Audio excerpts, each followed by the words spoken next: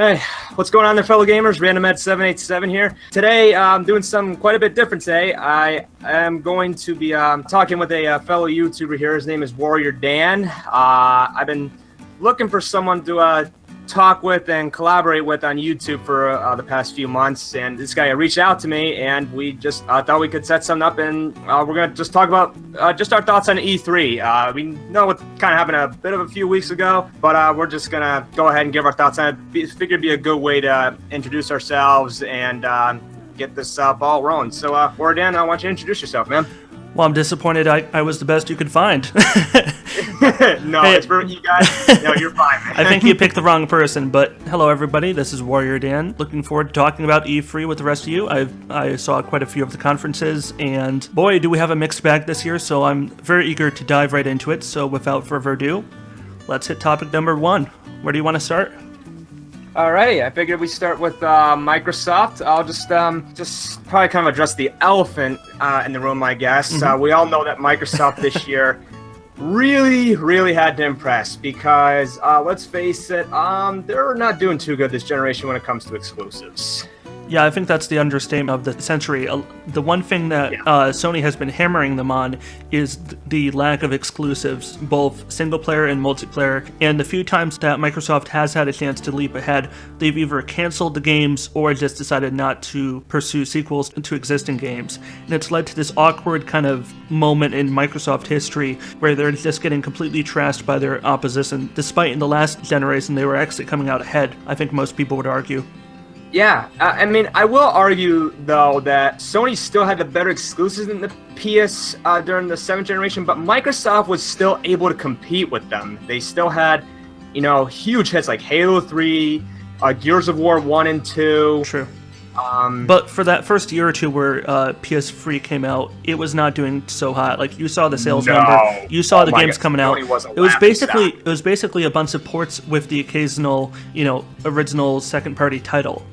They didn't really have a lot to go on. Microsoft was just hammering them over and over again. We had so many good games come out from Microsoft. PS just couldn't really keep up for a while, but then they ended up starting to take over the market during the end of the 7th generation. Yeah, I think once they came out with the PS3 Slim is where things turned around, and when they dropped the price down to $299, and that's when it all changed. Then you had Uncharted 2 come out, and that just made the PS3 take off. I've never actually played Uncharted. I've never played any of the games, but I will tell you one of my favorite original Sony exclusive titles at the time was Infamous. The Infamous 2, Infamous Festival of Blood, which was kind of a standalone DLC. You had, on PS4 you had Infamous Second Son. Those were some of the best open world games. Those basically opened the pathway to what we know today as open world games. Like when Infamous 2 came out, you didn't have all these Batman Arkham games. You didn't have, Shadow of Mordor. These were the games that kind of paved the way for other companies to step in. Sony really had a leg up on the competition during that time. So I was curious to see when the 8th generation came out, what if they were going to continue down that path of excellent first-party and second-party titles. And so far they seem to be doing well. Yeah. I mean, we're getting away from Microsoft here, but basically the long and short of it is, I think we had, one Microsoft title that was getting a lot of attention. I think it was Scalebound, and then it got canceled out of nowhere. Yeah, that actually looks really promising. I actually like the look of it. Platinum Games. Yeah, and then we had, their second chance at redeeming themselves went horribly askew when Sea of Thieves came out. That was their top game. That was the game they were marketing the Xbox One S on, and it did not perform well at all. No, it's one of the I love when people compare to No Man's Sky and call it No Man's Sea. I'm like, oh my god, I just love the internet, man. Basically, I mean, Sea of Thieves, I think we can all say, I'm just going to say it bluntly as everyone else would, it was basically the unnecessary high school blowjob that we all got. It was messy, unnecessary, uncomfortable, and you felt bad afterwards. I never heard that analogy before, but I like it. For me, it works, because that's how I feel about Sea of Thieves. Yeah. All right, so I guess we'll start off with the first thing they showed, which was Halo Infinite. You mean the rockets shooting up into the sky for 10 seconds? Yeah. Apparently, this Halo game is apparently being made in a new engine. I forgot what it's called, but I was confused at first. I didn't know if this was Halo 6 or a spin-off, but apparently this is supposed to be Halo 6. Really? But to me, it looked like a sequel to, God, what was it? That MOBA-looking game that they had out for a couple of years. They're making the sequel to. Halo Wars. Halo Wars? No, was it Halo Wars? You know what I'm talking about? The one that was like a top-down strategy game based on the Halo universe. Yeah, I think it was Halo Wars. Yeah, to me, I felt like I couldn't tell if they were going for Halo 6 or Halo Wars 2 because I know that's coming out too. So I was kind of confused when I saw that. Yeah, and there's still no freaking release date for this game if it is supposed to be Halo 6. Was that really a bad thing, given all the issues lately regarding delays of other games? Is it really so bad to, get a trailer for a game that doesn't even have a release date yet? I don't know, because I don't really think that's a bad thing, personally, because if the choice is seeing a trailer announcing an upcoming game without a release date or not getting a trailer at all, I'll still take the trailer, because at least I know, okay, this is a game on my horizon. Yeah, I mean, it depends. I don't need to have a release date all the time, but they need to show some that gets my interest, and this trailer did not get my interest. This was not even a trailer, it was like a teaser, wouldn't you say? Yeah, it was supposed to be like a tech demo. That's what they pretty much said it was. It was like a tech demo, and... A tech demo of what? How, the high graphics of their fireworks? Something like that. I don't know, what did we get? Yeah, it was just pretty much saying like how much we can push graphics or something like that, but no one knows that this is going to be a current gen game or a next gen game. No, this is going to be next gen. The fact that we're not even getting a release date, plus I'm hearing inside reports that Sony's already physically building the next generation PlayStation console. Oh yeah, so and we're probably going to get that. Working on something. They got something called Project Scarlet, which is apparently the next Xbox. And I swear to God, they call it Xbox 2. I'll fucking kill them.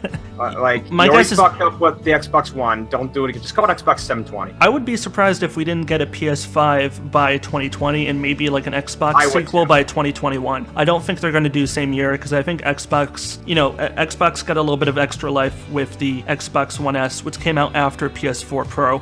So I think, we might have to wait a little bit longer for Microsoft to jump out the gate with its, next generation console. I can see where you're coming from on that, but here's why I think it would probably be a bad idea, because that happened with Sony when they launched the PS3 a year late. And the 360 got a head start, so I don't know if they can afford to do something like that, especially when they're so far behind right now. I think they need to release very close to each other. All I know is that, when the whole reason that we got the PS4 Pro is because they were aiming to release a PS5 in that time, but the problem is it simply wasn't ready for mass production yet. From what I gather I remember reading an article, don't ask me for the source because this was like a year ago, but I remember hearing that Sony was not confident in the technology currently available to them, and they were basically going to wait it off another couple years before making a new console. I don't think we're going to get, PS5 until at least 2020. Yeah, same. I think that to me would be perfect. Like, I heard reports of 2019, like, no, 2019's too soon. No, I don't think it's going to be 2019. I think it'll be 2020. And I think Microsoft is going to take even longer because I think they learned the hard way that they need to upgrade their hardware, and it can't just be a mildly evolved PC running their system. Now, these next gen consoles, I'll just say this real quick, and then I'll move on to the next part. All I can say is these consoles need to have 60 frames per second as a standard. I think we've evolved to the point that most people can afford mid-level PCs that most of which can afford 60 FPS at most games, whether you play, I don't know, Counter-Strike or Overwatch or whatever, Rainbow Six, all those, modern games, you should be able to run at least 60 FPS. But if you played those same games on a console, you'd get maybe 28 FPS. I don't think that's acceptable anymore. No, because I'm telling you, ever since I started PC gaming, like, frame rate is like the thing that matters the most to me. Well, and the thing that the console people lorded over PC was how expensive PC was in comparison to its console counterparts. But now, not that expensive. No, for basically $100 more, you can build a superior PC that exceeds anything the PS4 Pro or Xbox One S can achieve. I'm not saying I hate consoles because I've got like 6 consoles at home. I got them all. But yeah, moving on though, believe me, I would love to just keep talking on these. I could just talk about it. I just know people in the comments will be like, okay, skip to this to that subject, skip to that subject. I just want to avoid that as much as I can. Well, at least you have people in the comments. I just have, me. So I talk to myself. I talk to myself quite often. I have pets. It's all good.